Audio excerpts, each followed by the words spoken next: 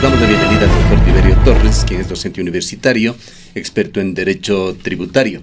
$600 millones más anualmente tendremos que aportar los ecuatorianos con estas reformas que se han hecho a la Ley Orgánica de Simplificación y Progresividad Tributaria. Vamos a empezar por esta parte. ¿De qué manera el gobierno ecuatoriano va a retribuir estos 600 y algo más de millones de dólares anuales, doctor Torres? Bienvenido. Buenos días, gracias a ustedes. Un saludo a la ciudadanía que nos escucha. Oiga, a ver, la pregunta que usted me hace es quizá la más complicada de responder, porque en los hechos ocurre que el Estado recauda siempre, todos los años, tributos en grandes cantidades, y no siempre eso se ve reflejado en beneficios a favor de la ciudadanía. En el derecho tributario suele hacerse una distinción clara entre distintos tipos de tributos, específicamente entre las tasas, las contribuciones especiales por una parte, en las cuales usted paga y sí tiene algo directamente a cambio de parte del Estado. En el caso de las tasas, los servicios; en el caso de las contribuciones, el beneficio que usted recibe por la obra pública. Pero en los impuestos el tema es más incierto, porque la doctrina incluso dice que los impuestos son tributos en los cuales la obligación de pago del tributo, valga la redundancia, no está vinculada directamente con una actividad del Estado que se refiera a usted como sujeto obligado a pagar. Entonces, ¿qué es lo que financian los impuestos tradicionalmente? Y en todas partes ocurre eso. Los impuestos más bien financian servicios públicos generales. El funcionamiento de la gran maquinaria estatal. El Estado en su conjunto. Salud pública, educación pública, seguridad. Claro, pero debería reflejarse esto ya en servicios justamente de salud, de educación, nutrición, etcétera, etcétera. Así debería ser. Quizá uno de los principales factores por los cuales la cultura tributaria tiene dificultades de incrementarse en el Ecuador es precisamente porque la gente no ve reflejado el pago de sus tributos en beneficios por parte del Estado, a su favor, ¿no? Claro, allí cabe preguntar cómo está el estado de situación en seguridad, en salud, en educación en Ecuador, para que se nos pida esta nueva y muy significativa contribución. Mire, lamentablemente yo creo que la realidad actual del país lo que determina es que estos ingresos adicionales que se van obteniendo por las reformas tributarias lamentablemente van destinados a tapar ciertos huecos presupuestarios que tenemos. Y servirán fundamentalmente para el uso en gasto corriente. Seguramente se pagará con eso nómina, por ejemplo. Ese es el punto, y cabe señalar, es el punto que ha colmado a muchas sociedades, incluyendo a la ecuatoriana. Por allí está un elemento común de la protesta social que se ha desatado en varios países de Latinoamérica. ¿Hasta cuándo este círculo vicioso? Pero vayamos, doctor Torres, a una disección, si cabe el término, de lo que es esta Ley Orgánica de Simplificación y Progresividad Tributaria que fue aprobada. ¿Cómo va a afectar a los ciudadanos? Comencemos por lo que considere usted más importante. A ver, yo dividiría la reforma en 3 capítulos grandes. Primero, unas reformas que hacen relación a ciertos cambios que eran reclamados desde hace algún tiempo por los sectores económicos del país y que por fin han sido atendidos. Me refiero específicamente a la revisión del tema del anticipo del impuesto a la renta, a la revisión del tema del impuesto único a la actividad de la exportación bananera, por ejemplo, a las actividades agrícolas, por ejemplo, hechos que eran reclamados por los sectores industriales y de grandes comerciantes en el país desde hace algún tiempo, han sido por fin atendidos. Un segundo grupo que hace referencia a una reducción del gasto tributario que tiene el Ecuador. ¿Qué es el gasto tributario? El gasto tributario es aquel rubro que el Estado deja de percibir por concepto de tributos por la existencia de exoneraciones, deducciones, rebajas, concesiones de beneficios especiales que constan en la misma ley. Entonces, hay una buena revisión de algunos aspectos que constaban dentro del marco del gasto tributario ecuatoriano que han sido revisados. Y finalmente, las reformas que establecen variaciones en los tributos tendientes a obtener mayor recaudación. Ahí el ejemplo de lo que usted señalaba hace un momento respecto del establecimiento, por ejemplo, del impuesto a los servicios digitales en plataformas digitales, Uber, Cabify, Spotify, en fin, con los cuales se espera obtener un incremento en la recaudación.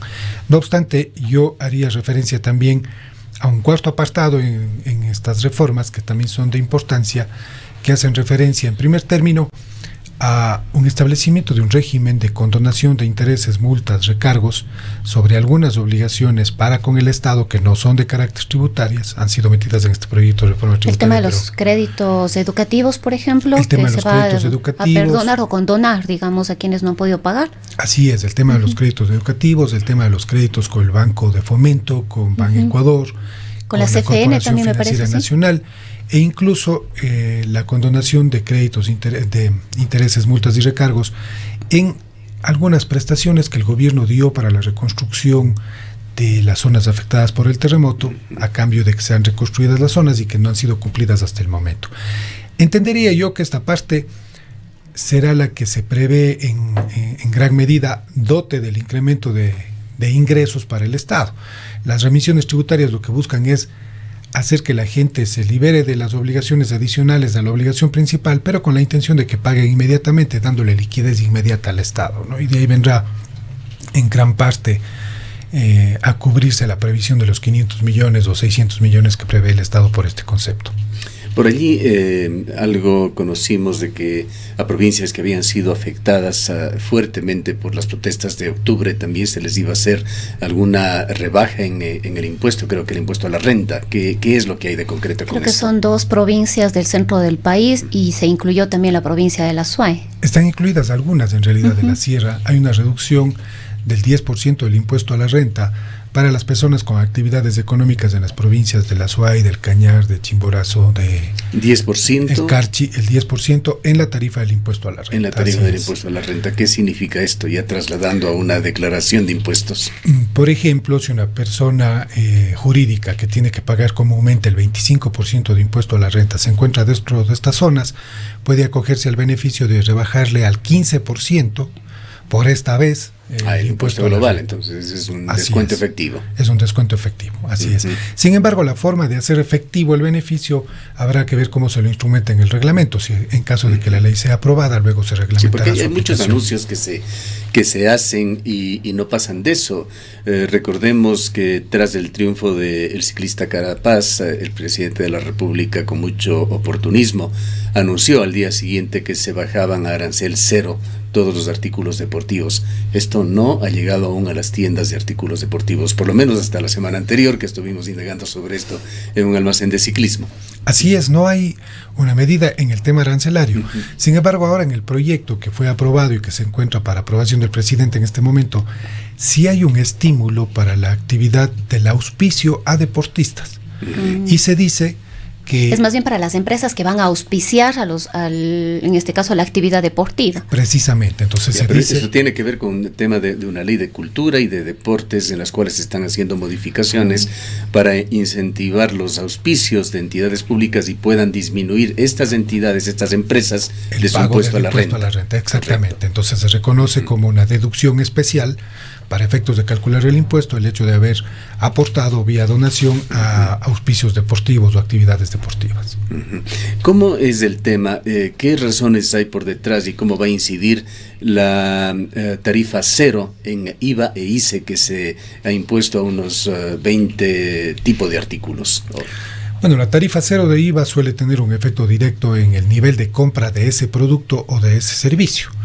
Cuando las tarifas están grabadas con 12% respecto de algunos bienes o de algunos servicios, se nota que el consumo de esos bienes o servicios suele ser un tanto más restringido de aquellos que tienen tarifa cero. Entonces, el hecho de ponerlos tarifa cero tiene una doble intención. Primero, hacer más asequible, evidentemente, para el consumidor este tipo de productos y servicios.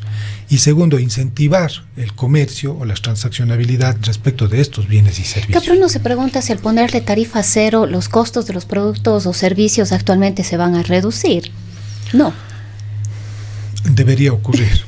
No ocurre, así es. Mire, nosotros vivimos en un país en el que, habiendo tenido deflación en algunos años, los precios no han disminuido, los precios se mantienen, ¿no?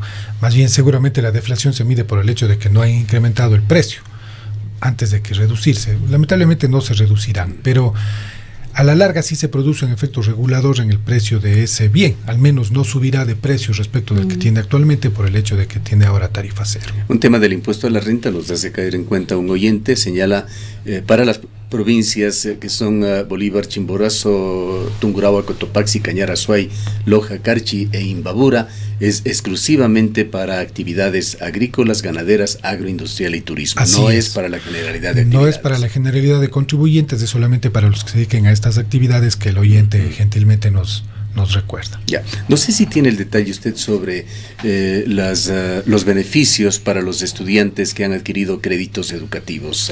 ¿En qué consiste este beneficio que viene de la mano con estas reformas tributarias? Voy a tratar de sintetizar de manera simple este tema. Se establece una remisión de intereses, recargos, gastos administrativos que seguramente ya se están originando en algunos procesos de coactiva para recuperar sus valores, respecto de todas las deudas de los estudiantes que han recibido créditos educativos o becas, incluso en los casos en los cuales esos convenios de becas han sido anticipadamente terminados, incluso eso se prevé.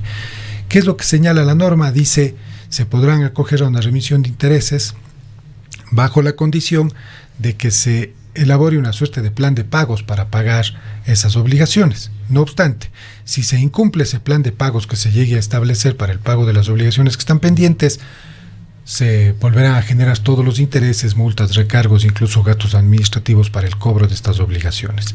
Para esto se establece un periodo de gracia que, vamos a seguirle comentando hasta tratar de ubicarlo, pero básicamente lo que se hace es establecerse un periodo de gracia en este momento, dentro del cual usted puede solicitar, acogerse al beneficio de la remisión, deberá pagar en el plazo que se le conceda. Si no lo hace, vuelven las cosas al estado anterior, es decir, a tener que pagarse con la totalidad de recargos y demás.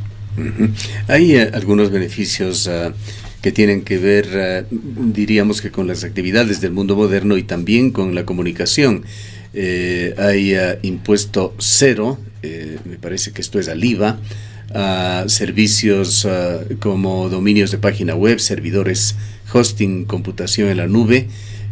Hay también un IVA cero para el papel periódico. Este es un tema interesante, pues el papel periódico, entre otros insumos, es manejado usualmente por muchos gobiernos como un instrumento para apoyar o desincentivar al sector de la prensa. En todo caso, el papel periódico queda con IVA cero aquí en Ecuador. Mire, sobre este punto en particular empezaré refiriéndome. Así es, usted tiene razón. Los gobiernos suelen tratar de incidir sobre la actividad de los medios de publicación impreso, sobre los medios de comunicación impreso, a través del grabar el insumo para imprimir, ¿no? El periódico, el papel periódico. Recordemos que tradicionalmente en el Ecuador el papel periódico tenía 0% de IVA hasta el gobierno anterior, en el que en una de las primeras reformas tributarias, si mal no recuerdo, en el año 2008, se estableció ya el 12% para el papel periódico. Yo creo que en los tiempos actuales, además de ser un incentivo para que siga publicándose en físico, o más bien dicho, ese me parece que es el motivo principal, dado el avance significativo de los medios de información digitales. Cierto es que la producción física de los periódicos es cada día más baja. Así es más baja, y quizá lo que se busca es ayudar a que no desaparezca la publicación física de los medios de información, ¿no? Ya. Otro cambio importante, esto tiene que ver con el ICE, es que se pone ICE cero a otro sector, a otra actividad que ha sido duramente castigada, pensándolo esto como una actividad industrial. Hay sus razones en el tema de salud pública. Para esto nos referimos al alcohol. Ahora, el alcohol de producción nacional o importado y las bebidas alcohólicas elaboradas localmente y provenientes de la fermentación de frutas van a un ICE cero.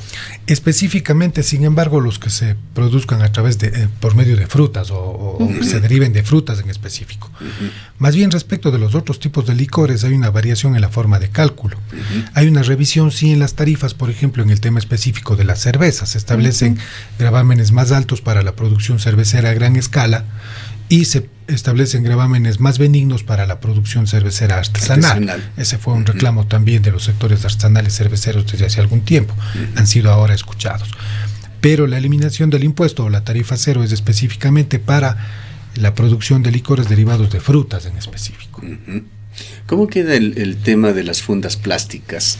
En esto había dos consideraciones, la una que es una corriente mundial, el de tratar de limitar el uso del plástico, pero había también preocupaciones del sector industrial en el sentido de que es indispensable un empaque para la mayoría de productos y no se puede castigar indiscriminadamente. Esta es una reforma muy interesante, yo creo que necesaria además. Lo que está grabado no es la funda plástica que se utilice para empaquetar el producto. Cuando usted va al comisariato y hay un producto que está empaquetado en funda, eso no está grabado. Lo que está grabado es la funda que usted pide en el supermercado para llevar las compras al final. Eso es lo que estará grabado. Las fundas para el traslado de los productos comprados. Y se establece ahí un régimen progresivo de grabación de las fundas plásticas que iniciará el próximo año con una tarifa de 4 centavos por funda.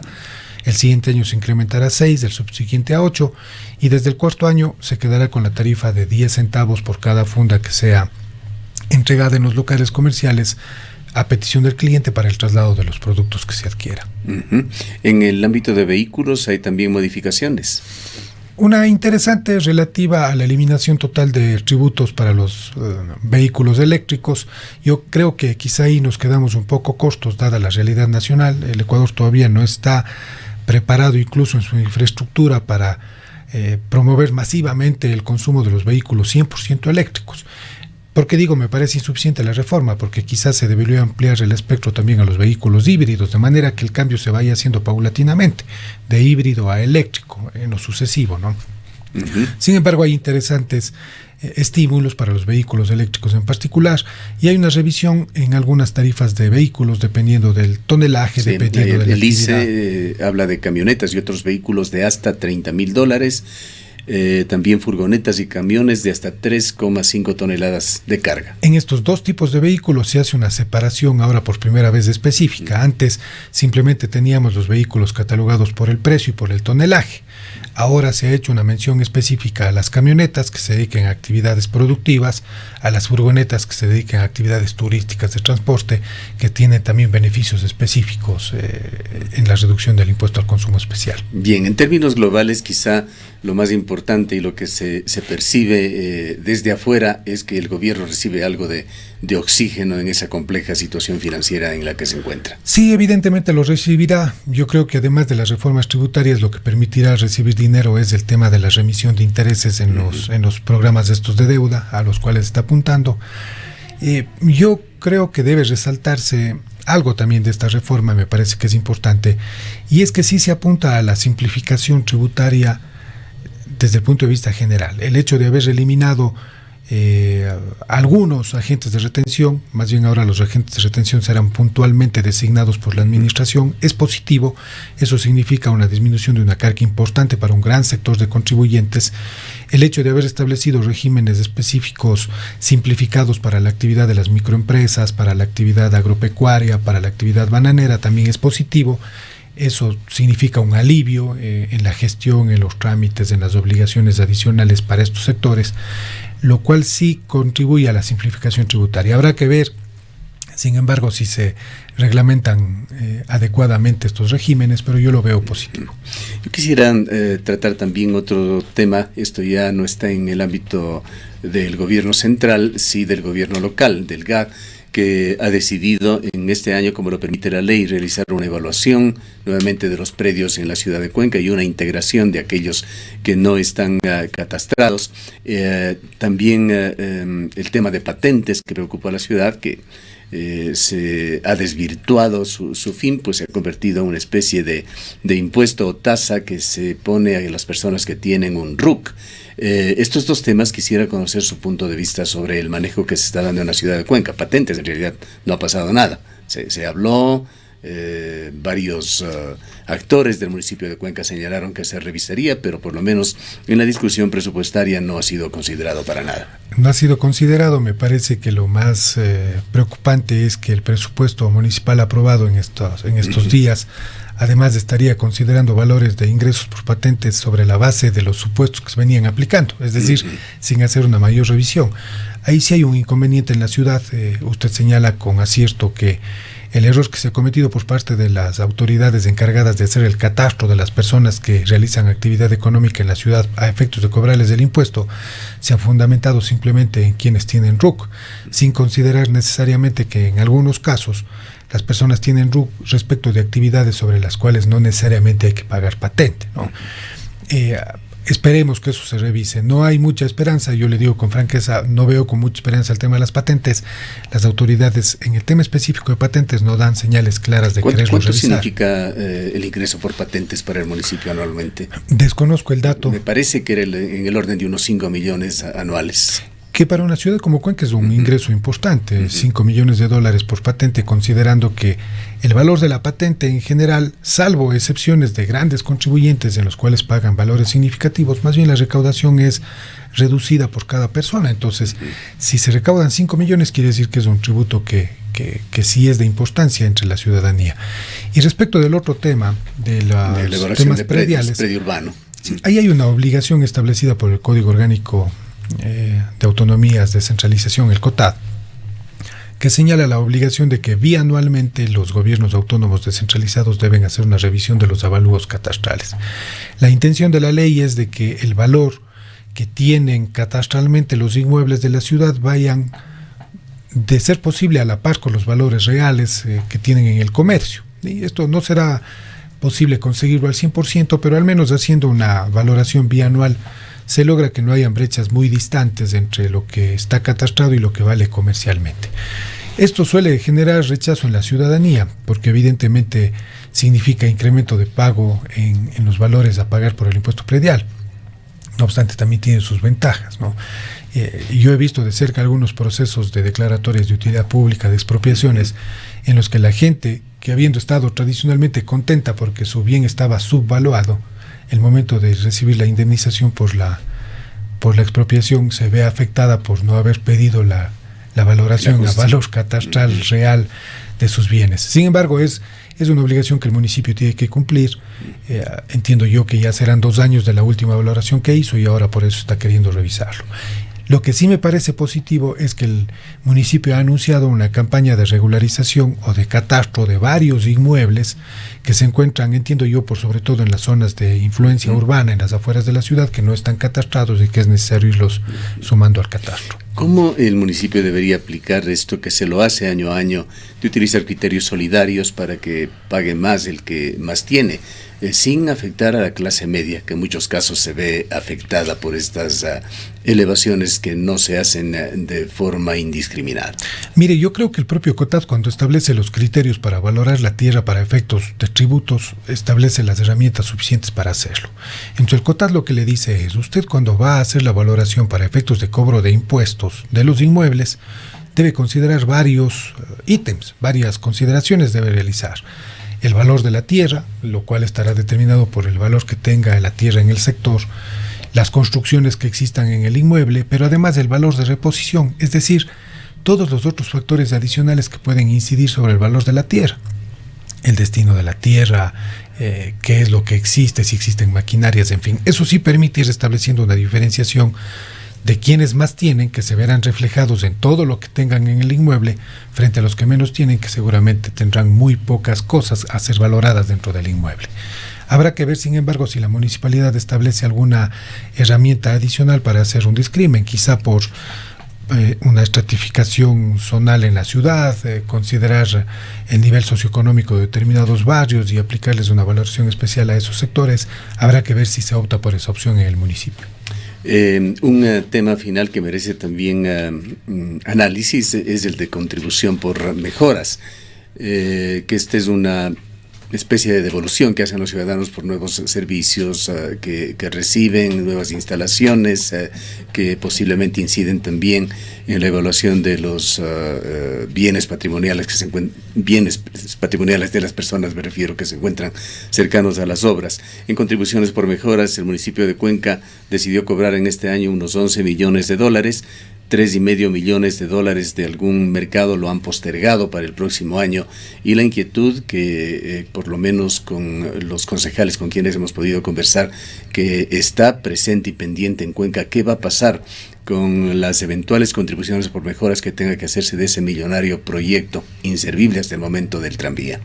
Mire, yo le voy a comentar que si hay un tributo respecto del cual yo he tenido reparos, siempre es respecto de la contribución de mejoras. ¿Por qué? Porque la doctrina a nivel mundial reconoce un principio respecto de la contribución de mejoras, y es que la contribución de mejoras no se paga por la obra como tal, por la realización de la obra. Dice la doctrina, las contribuciones especiales de mejoras deben pagarse por el beneficio que el ciudadano recibe por la realización de la obra. Entonces, siempre debe haber un nexo directo entre la existencia de un beneficio para que yo pueda ser sujeto del pago de la obligación. Nuestro COTAD, cuando se reformó la última reforma o las últimas reformas que hubieron respecto a los temas tributarios, claro, hábilmente el legislador en el COTAD introdujo reformas en las que habla del beneficio de las obras, pero dice beneficio real o presunto que se obtengan por las obras realizadas. Entonces, las municipalidades suelen presumir que toda obra pública que se realiza en el cantón genera beneficio a sus habitantes, lo cual no necesariamente es cierto. Yo voy a hacer solamente una pregunta.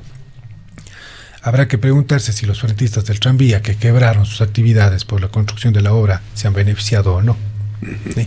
Y habrá que ver cuál es el beneficio real para el resto de la ciudadanía. Ojo, el beneficio que debe producirse para que se pueda cobrar una contribución de mejoras debe tener ciertas características. Debe ser un beneficio real, pero sobre todo debe ser apreciable en dinero. Generalmente el beneficio por el que se cobra la contribución es la plusvalía. Eso es lo que legitima el cobro de la contribución. Acá, no obstante, insisto, el cobro sí es legal porque el COTAD se reformó de tal manera que permite presumir el beneficio. Entiendo yo que la municipalidad pretenderá, dadas sus condiciones de apuros económicos también, tratar de recuperar lo que más pueda de la realización de las obras públicas vía contribución especial de mejoras. Espero que haya una racionalidad también en ese sentido. Ya hemos tenido ingratas situaciones en las que ciertas obras que se han realizado en la ciudad, por ejemplo, obras de alcantarillado, se emiten títulos que no están claramente valorados de cómo se ha hecho el cálculo del tributo a pagar, y los títulos salen por valores de miles de dólares, ¿no? Lo que causa evidentemente molestia en la ciudadanía. Esperemos que el Consejo tenga la sensibilidad suficiente, pero sobre todo que manejen técnicamente el tema del cálculo de las contribuciones especiales.